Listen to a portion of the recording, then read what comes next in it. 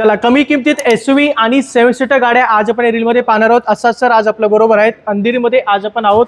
Ertiga गाडी आहे sir पहिली अर्टिगा आहे सर 24,000 किलोमीटर फक्त चाललेली 2019 ची 19 VXI प्लस ऑटोमॅटिक वेरियंट आहे। ही अच्छा। गाडी पडेल फक्त आणि फक्त एकच रेट 8,75,000 मध्ये। क्या बात आहे। ऑटोमॅटिक मध्ये अर्टिका 8,75,000 होंडा मोबिलो 3,99,000 मध्ये तुम्हाला भेटेल 2016 ची सिंगल ओनरशिप मध्ये पेट्रोल मोबिलिओ। इनोवा आहे सर 2006 ची गाडी पासिंग केलेली आणि नंबर पण तुम्ही जर बघणार तर नंबर पण खूप चांगला आहे। क्या बात आहे। इंटिरियर्स वगैरे पण खूप चांगले। ही गाडी पडेल तुम्हाला फक्त 3,25,000 मध्ये। चला। टाटा एक्स आहे सर 2018 ची गाडी डिझेल मध्ये भेटेल तुम्हाला फक्त 6,65,000 मध्ये। चला, अर्टिगा आहे सर 2014 ची सेकंड ओनरशिप मधली प्युअर पेट्रोल गाडी भेटेल फक्त आणि फक्त 3,45,000 मध्ये। चला म्हणजे स्विफ्टच्या किमतीत अर्टिका देतोय पण 3,45,000 2014 ची ची गाडी। चला कमी किमतीत एसयूव्ही आणि 7 सीटर गाड्या आज आपण रीलमध्ये पाहणार आहोत। असा सर आज आपल्या बरोबर आहेत अंधेरीमध्ये आज आपण आहोत।